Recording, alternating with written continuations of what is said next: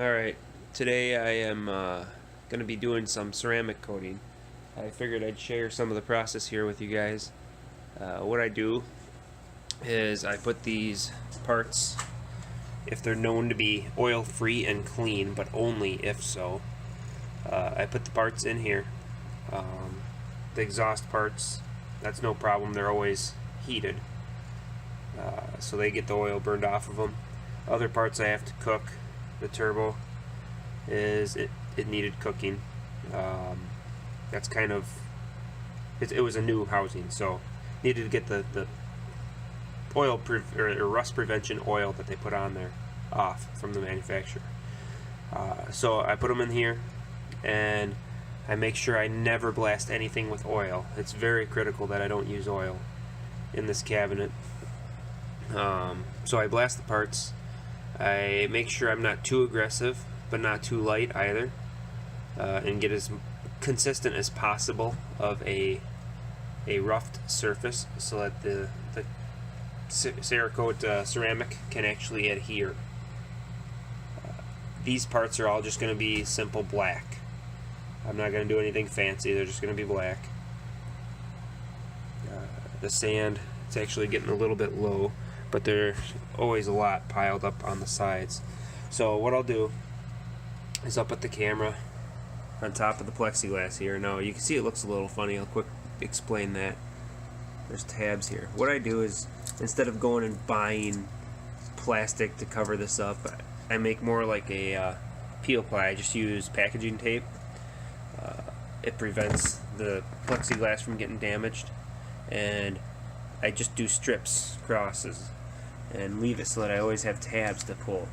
And what I'll do is I'll rip a couple of strips. It gives me one clear path to see from, and once that one gets dirty, I'll move on to the next couple of strips, and then the next, and the next, and it just keeps refreshing my visibility, at least from a certain area, until I start running out of tape, until I get to the last layer of tape, and then I have to wait until I can't see no more and then replace the whole works.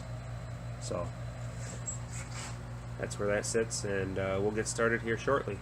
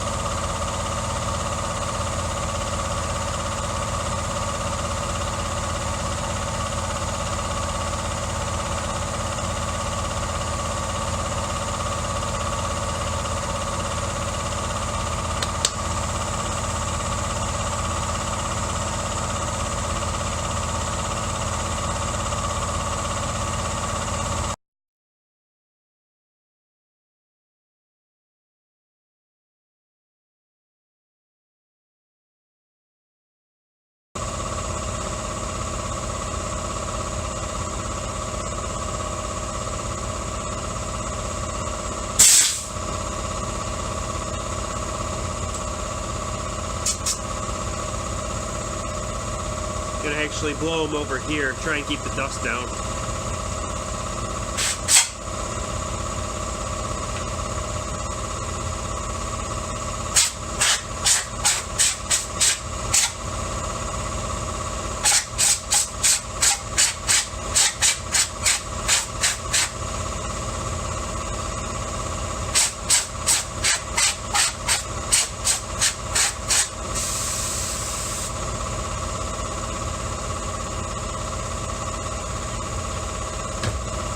Got attacked by a robin. That was weird.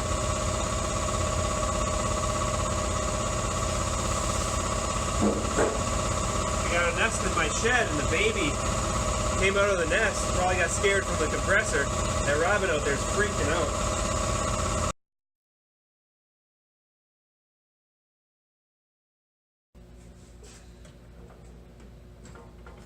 Okay, so I'm not sure if you're going to catch that or not, depending on how I lay out the video, but I did thumbs up, did gloves, safety glasses, things like that. Basically, I was saying I got to protect my eyes. I'm going to use an air nozzle and blow the dust out of the parts and whatever sand remains. So that was what that was for. The gloves, I almost reached in there and grabbed the parts. Not sure if you'll catch that or not, but I almost reached in there and grabbed the parts. And I can't do that because your hands have a natural oil to them. And the last thing I want to do is get a fingerprint on there.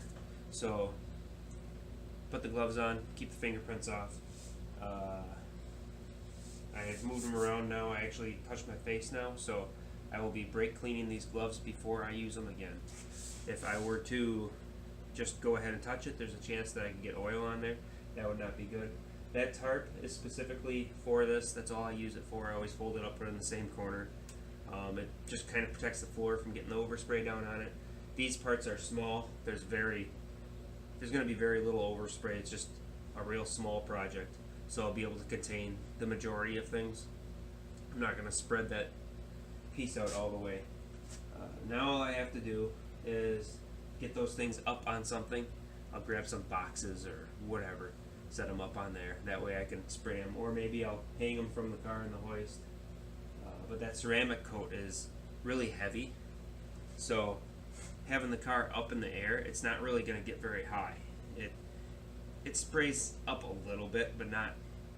It's not like regular paint. Like when you use regular paint, that stuff gets everywhere. I mean, I've had where I sprayed just one little thing with a little bit of paint on the other side of the garage with my sprayer, and on the one end of the garage, the front end, I'd have a pair of safety glasses and they'd be ruined. I wouldn't be able to do anything with them. It goes a lot longer before it dries, the regular paint does, and then it still sticks to whatever it lands on. And on top of that, it's lighter, so it kind of floats around better. The ceramic coating seems like it's a heavier material. It dries a lot faster, so by the time it gets to something, it doesn't stick anymore because it's already air cured, just floating through the air. So yeah, it's interesting doing the ceramic coating. If you've ever done any spraying of different things, you can tell how a paint sprays by how fast it flashes on the part. By flashing, I mean touch dries or appearance dries. Ceramic's kind of a dull finish, and as you're spraying it, if you get too much air and not enough ceramic, it will literally almost spray on dry. So there's a really fine amount there. You can't go too thick, you can't go too thin. Too thin, it'll dry too fast. Too thick, it'll run or create. It's a very interesting effect. Like when I do it on pistons, a lot of times I can't control how it sits where the valve reliefs are, and the valve reliefs will end up with the very edge of it will be thicker. It like forms up right where the valve relief is. I've had a couple where I accidentally sprayed it too thick, and I had to lightly sand it down, and I just let it ride or whatever. It's not going to hurt anything. It's still coated there, but if it does bubble up because it's too thick, then I have to actually remove it, redo it, and it's a disaster. It's a pain in the ass. Yeah, let's continue on. I'll start moving boxes around. I still have to cover up those engine components. I don't want to risk those getting oversprayed on them. They're low enough that there's a slim chance, not a very good chance, but a slim chance that something will happen there. The wheels on the Vet, I highly doubt. I mean, there's almost no way it'll get up there. But I've said that before, and then it kicked me in the ass later. So I'm going to cover up the rear wheels. The front wheels, I laid them so that they're down. It'll only be the back sides. Nothing will be noticed, and plus they're covered in dirt on the back side. He only cleans the front of them. He cleans the inside from time to time, but right now the front or the visible side is the only side that's clean, so I have that tipped down. I might throw something on him yet, but we'll see. So I'll go ahead and clean things up, cover things up, rearrange things, and then we'll get back to this project. Alright, so here is my random paint crap cabinet, or whatever you want to call it, shelf. I pulled one down. I did not shake anything yet. I usually shake these on a regular basis just to be sure that they don't permanently separate. I mean, you can always get them to unseparate within reason, but it's rather difficult. One thing I found out with the ceramic stuff is it separates really fast. I shook these yesterday, so you can see that white one, the solids are on the bottom already. Like I said, that's another reason I was talking about how heavy these things are and why they don't seem like they go up in the air. They just sink straight down. Here's the one I'm going to use today. I decided not to go. I was originally going to do this one, graphite black, C102 graphite black, but then it dawned on me I don't remember the max temperature of that one, and that one's more universal anyway. I can use it on a lot more things, and I don't have very much of it. So I decided this one, which I'm not able to use on hardly anything at all, except for basically exhaust, and I'm doing mostly exhaust. I'm going to use it on this. This one requires baking when you're finished with it, so I'm going to end up baking the pulley that I have to paint today. The other two parts are exhaust components. I might bake them a little bit with the pulley just because I got the pulley in there, but I don't need to sit and cook the crap out of them, you know what I mean? The exhaust is going to get so hot anyway, especially on a turbo motor, so there's not really any concern there. It'll cure on the vehicle. So we'll take that over here, and here's where I'm going to be doing it. See, I covered up those engine components. I have one pulley hanging, though. That's not where I'm going to spray it, because that would be bad for the customer car. It would probably end up on the customer car. I will be spraying them as close to the ground as possible. They're just sitting on the box, so they're easy to grab. I have a hook. It's basically just a filler rod for my TIG welder that I bend up, and this is basically what I do with it. So I use it to hook onto the item and then hang it from something. And I'll actually be hanging it from the car, because once it's sprayed, obviously nothing else is going to come off of it. I just have to keep from touching it so I don't leave marks. So I'll be taking, and actually I'm going to shake this up now while we're talking. You can see it's still separated there, right? So I'll shake it quick.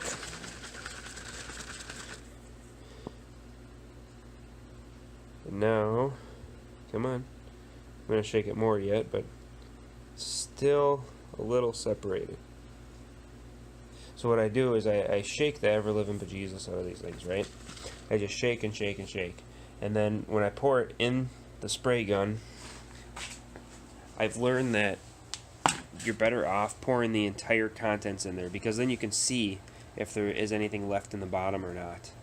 If there is something left in the bottom, you didn't do a good enough job of mixing it.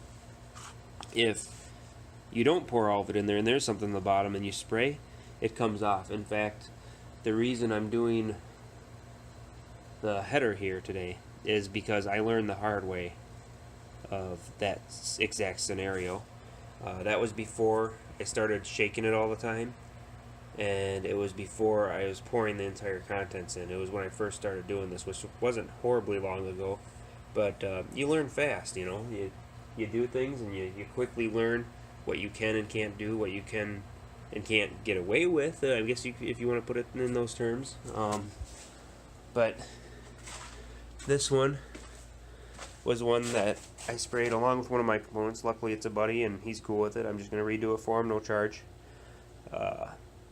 He understands the scenario, so I'll spray that again.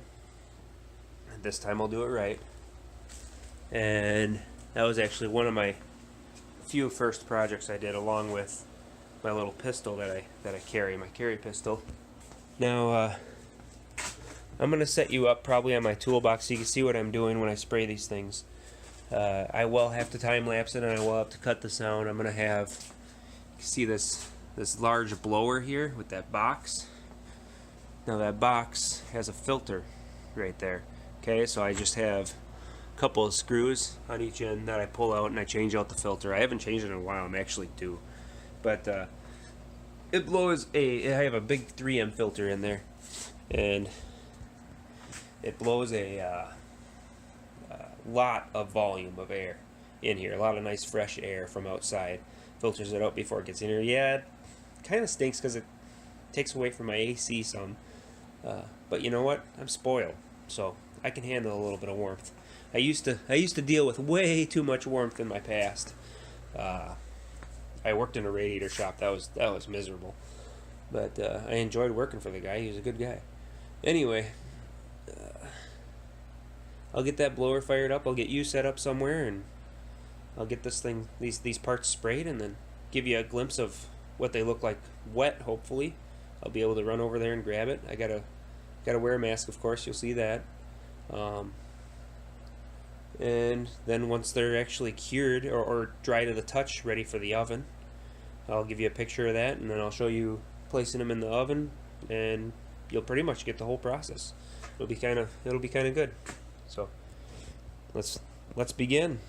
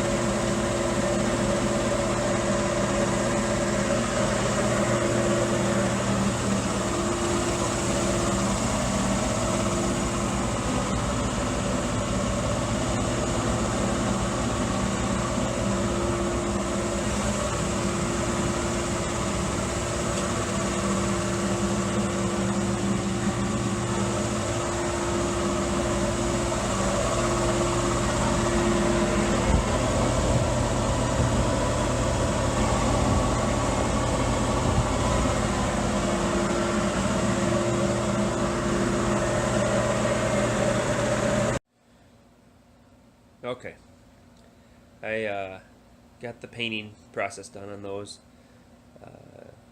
as you just saw. We'll see how the video turns out, but they dried almost to the touch now, so they're really close to dry to the touch. I just carried them outside. I just gonna set them in the sun. It's a lot hotter outside than it is in the garage. The garage is 68 degrees. About outside is, I don't know, probably 85. Come on here. Yeah, probably about 85, 80, something like that. No, it's not too hot, but yeah, it's a mess out here. Anyway, so there's the manifold or header. There's the pulley. Of course, it's got a little bit of a shine to it, kind of, which is okay. It's like a satin, and I think it stays like that if I remember this paint right. It stays almost a satin color, which is okay with me because these parts are, well, the exhaust, that's obvious. I mean, that's down in the bottom of a Busa. He has a flat black Busa, but you're really not going to see those very well. So that shouldn't be an issue there. And as far as the pulley, the engine on the car that it's going on, that light is not working for you. The engine that the car that's going on is covered in the kind of semi-gloss or satin black, so that'll match it really, really well. Also, that's kind of the color of a serpentine belt too, and obviously that's a belt. So yeah, I think I'm almost done for today. I got a few things I'd like to do, like degrease the cradle, so I'll probably try and do that. I should probably get that ordered. I need some degreaser. I'm out. Yep. We'll get back to you when I actually have something to video. Okay, I just got the parts put in the oven. I'm gonna open up the oven and show you quick. It's set at 200 degrees for now. The reason I'm doing that is what's called degassing. If you're not cautious, I've noticed you can have a blister pop up where the paint will actually, like raise this little spot. It'll create a air bubble underneath it, and then obviously that part flakes off. So you don't want to have that happen. You want to let the air out of the paint slow, because when things heat up, they let air pockets out, especially cast aluminum, it seems like. That's the one that I had it happen on twice now. I just was in a little too much of a hurry, and it cost me time and redoing a project. So I've learned now to just slow down and give it time and let it degas after a period. So there's the parts, just all sitting in there chilling. They're dry to the touch, not even hot yet because I just put them in there. So dry to the touch. Now I can touch them with my greasy fingers. Nothing will happen wrong with them. So I just wanted to show you the position they're in before they're finalized. And in about, I don't know, an hour, 2 hours maybe, I'm going to crank this thing up as high as it'll go. I think it goes to 500, which if I remember right, according to the instructions, is the minimum. I'll go check. But I think they say to bake it between 5 and 700. Actually, I can just go grab them right now. They're pretty easy. I know right where they are because I leave them with the bottle. So we'll just look at them quick. Might as well. So let's see here. It says, where is it? Stop looking at the camera. That doesn't know where it is. Okay. Allow to dry for 20 minutes. I've had it out for, I don't know, 30 minutes or something. Place in an oven, 175 for 20 minutes. So I'm kind of doing that now. I had it sit out for more than 20 minutes already, so there's that. And then it allows to allow excess solvents from coating to outgas. Gas out, outgas, whatever, same difference. That was the oven. Let me know the oven's up to temperature. Obviously the parts aren't. I just touched them. So 500 degrees. Ramp the oven 500 to minimum of 700. My oven does not go 700, so that's not even feasible. But I can do 500. I'll just leave it in for a little bit longer time. And since the one's cast iron, which I guess I don't even have to. I just have to leave it in long enough for the aluminum one. So I'll just leave it in for the 60 minutes. And yeah, 1 hour. So that'll be easy, and then I'll let it sit and cool, and it'll be good to go. I've already cleaned all my equipment. Yeah, Cerakote, they have these application guides. They come as a PDF. You can print them out. It's important that you grab them. Most of their stuff, like their air cure stuff, is really simple. I mean, it's just spray on, let it dry. It's pretty easy to do. Obviously, the preparation is the important part. So you got to use the proper grit of sand. They say 120 grit. I haven't found a place that actually rates it per a grit, but I know what a finish on 120 grit worth of sandpaper sanding feels like, and this sand gives it about that kind of a smoothness. So that's kind of what I base it off of. Of course, it's blasted, which is a huge advantage because it's not all, there's no grain to the sanding of it, and I think that they say blasting for that reason. It's better for adhesion of this coating. Yeah, I use, what's it called, black diamond. Oh, actually, you probably saw it when I was going up to the oven there. So I use black diamond. It's the medium, I think. It's almost broken down. I'm gonna have to get another bag, so I better find out. But it actually gave it the perfect amount. I'm looking at the bag now, that's why I'm not looking at you. Oh, it doesn't even say 20 to 4, extra fine, 60. Yeah, I'm not even seeing. It's supposed to be labeled on the top here. I'll show you. So it says, come on. So it says 60, 30, 60, 20, 40, 12, 40, or extra fine, fine, medium, coarse. There's no way these are the grit. I mean, maybe if you were to lay it on sandpaper, but how it acts as far as how the surface finish ends up.